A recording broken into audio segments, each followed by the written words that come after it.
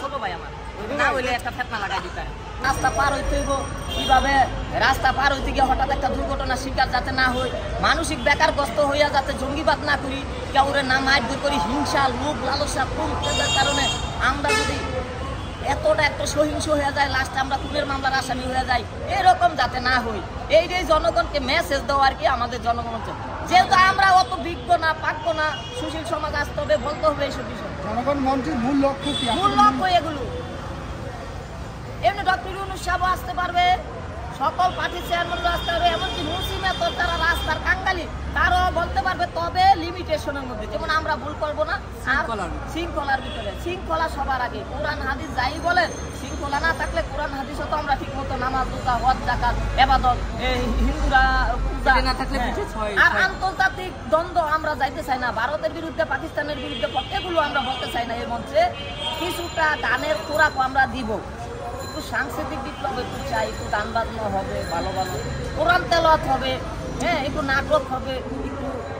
শিল্পীরা এসে একটু শিল্পীরাও তো একটা পেশা ঠিক না সবই যদি বিনোদন না থাকলে বিনোদন অনেক খারাপও আছে বলি না খারাপ তো এরাই চলাই ভালো আবার কোরআন তেলাওয়াত ওয়াজ মাহফিলও তো কাম থাকলে হ্যাঁ যেমন কোরআন তেলাওয়াত কিন্তু আমাদের যেমন আগায় নেয় শিল্পীও কিছুটা আগায় নেয় কারণ তরুণ প্রজন্ম কিন্তু কোরআন ওয়াজ থেকে একটু সাংস্কৃতিকটা দিয়া যেমন কিছুদিন আগে আমার বাড়িতে একটা খেলা হইলো খেলাতে পুরস্কার দেওয়ার পর হুজুর আইলো হুজুর বললো তোমরা তো খেলাধুলা করছো এখন তোমরা একটা ওয়াজ দাও সবাই ওয়াজের প্রতি ইয়ে গেছে যে সাংস্কৃতিকটা অনেক সময় ইসলামের দিকে আমাদের দাবিত করে আমরা কারো গোষ্ঠী ভেদ চাই না এই হিন্দু মুসলিম ভেদ চাই না এমনকি মাখ লুকাতে সেবা একটা কুকুরকেও যাতে আমরা নির্যাতন নিপীড়ন না করি ব্যক্তিগতভাবে যাতে সচেতন হই মানসিক বেকারগ্রস্ত না হইয়া আমরা একটা শুনেন রাষ্ট্রবিজ্ঞানে সমাজবিজ্ঞানে একটা আছে যে তোমার দেশকে যদি জনকল্যাণ রাষ্ট্রে পরিণত করতে চাও তোমার দেশের জনগণের শিক্ষা না সুশিক্ষা এবং অভিজ্ঞতা জ্ঞান এবং কি তোমার জনগণের চিন্তা চেতনার সঠিক পরিবর্তন চিন্তা চেতনা এমন পরিবর্তন করছি পোলাই গেছে জঙ্গিয়া তলে তৈল না শিশু বাচ্চারা তো জন্ম নেয় তখন শিখতে বড় হয় প্রথমে কিন্তু আমরা তো শিখতে বড় হইতেছে না ভুল করি অনেক সময় এর বিরুদ্ধে ওর বিরুদ্ধে করে হালাই তারপরে হঠাৎ আমাদের উপরে খেপা যায় পুলিশ প্রশাসনও পারে না যে আমাদের কিছু আমাদের লাস্টে বাধ্য হয় যে আমাদের গ্রেপ্তার করার জন্য অথবা দেখা গেছে কোনো দল একটু অতি উৎসাহীরা আমাদের উপরে মারধর করে পুলিশও বাধ্য হয়ে ফিরাইতে পারে না অনেক সময় এরকম আর কি সমস্যা আমরা চাই জনগণের মঞ্চ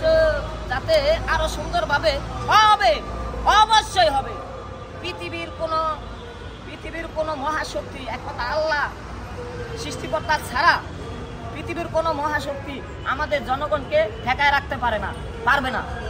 আমি খাইরুল মারা যাব এই মনিরুল ইসলাম মোল্লা কবি এম মনির সেও মারা যাবে আমার মুরব্বী চাচা মারা যাবে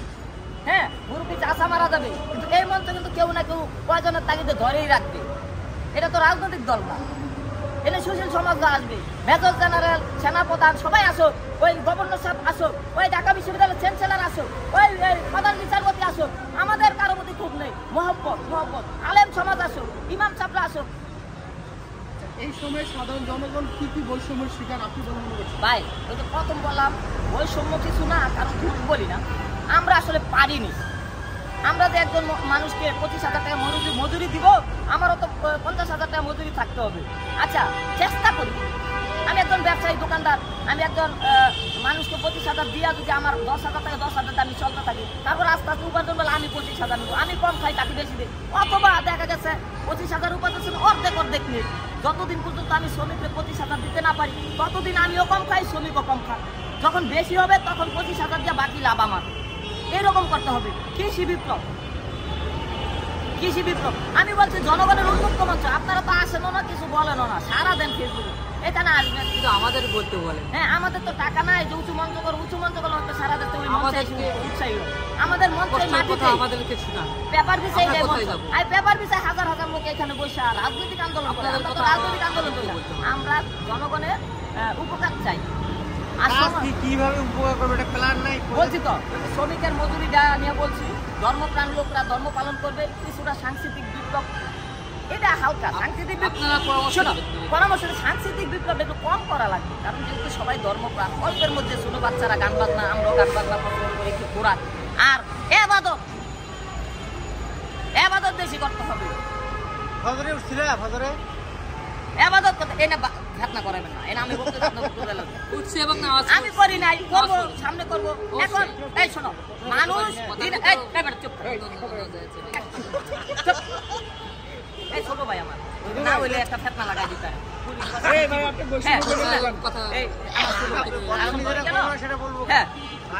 আপনি যান, আপনার মতো যান, আপনার ভালো না লাগলে আপনি বক্তব্য দিন। শুনেন, এবাদতের দাওয়াত যখন আমি দিব তখন আমার ভিতরে মনে হয়ে গেছে যে কলিজালিতে আরে আমি তো ওই লোককে দাওয়াত দিলাম, আজকে না যাই, আমার পোশাক আশাক পরিষ্কার না, রাস্তাঘাটে থাকি তো নামাজ পড়ি। এই ছেলে কিন্তু মাওলানা সাহেব কিন্তু নামাজ পড়ে, এই আজকে নামাজ পড়েছে, আমি পড়তে পারি না, এই চাচা নামাজ পড়ে, ঠিক আছে, মানে আমাদের পোশাক আশাক অপরিষ্কার জন্য নামাজও পড়তে পারি না, বুঝলেন? কি করবো? পোশাক আশাক অপরিষ্কার কেন? অপরিষ্কার এক জামা নিয়ে 1 মাস কাটাইতে হয়, আমাদের অত টাকা নাই, 100 টাকার পাঞ্জাবি 100 টাকার পায়জামা, থাকি রাস্তায় ঘুমাইতো, তো আপনাদের ধুলা বালি আসে, তো আবার এটা নতুন কিনলে যখন কিনি তখন আবার করি, বুঝলেন? আচ্ছা, আপনি তো রাষ্ট্রপতি হওয়ার কথা, এগুলো এখানে আমি বলি না, আচ্ছা, আপনারা সব জায়গায় ফেতনা দেন। এই রাষ্ট্রপতি হওয়ার জন্য এই জনগণের মঞ্চ,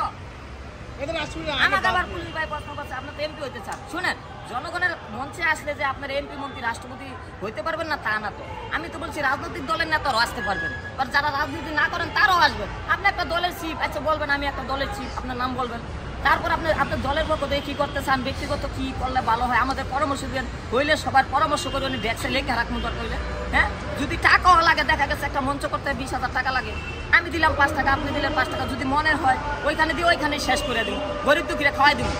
জনগণের কথা নিয়ে বলেন,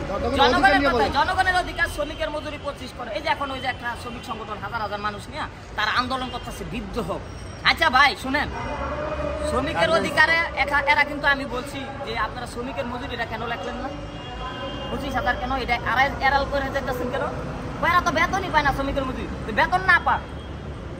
শ্রমিকের মজুরি 25 দিতে হবে মিল ফ্যাক্টরিতে। একদিনে প্রশ্ন করছে যে আগামী নির্বাচনে আওয়ামী লীগ অংশগ্রহণ করতে পারবে। আরে ভাই, আওয়ামী লীগ অংশগ্রহণ পারবো না পারবো এটা নিয়ে কি আমরা কোনো বিতর্ক করছি?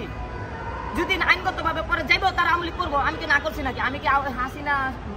মাননীয় শেখ হাসিনা ম্যাডামকে কি আমি ফেসিস আর তো বলবো না, বলছি তো, আর মাননীয় খালেদা জিয়া ম্যাডামকেও ফেসিস বলবো না। তার আগে কি করছে, পাপিকে নয় পাপকে কিনা করা, আর সে যে পাপি তারও তো গ্যারান্টি নাই, সে তো কিছু ভালো কাজও করছে। আমি কি খুব ভালো কাজ করি?